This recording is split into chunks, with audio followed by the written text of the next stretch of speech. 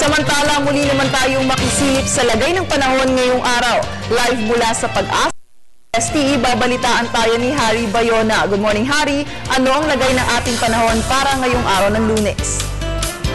Good morning, Perseline. Para sa lagay ng panahon natin ngayong Lunes, patuloy pong uulanin ang Southern Mindanao dahil po yan sa trough ng low pressure area na nakaka-apekto dyan. Partikular nga pong uulanin ang rehiyon ng Soc-Sargen, ang probinsya ng Lanao del Sur, Zamboanga del Sur at Zamboanga Sibugay. Samantala, ang mga pag-ulan naman na nararanasan natin dito sa Metro Manila ay isolated rain showers lamang. Ayon nga kay Pag-asa weather forecaster Fernando Cada, ang mga ito ay dulot ng remnants ng tail end of a cold front. Kung kaya't paalala nga lang po namin, bago pumasok sa office mga kababayan, bit-bitin po ang payong nang sa gayon ay may panangga ka sa ulan.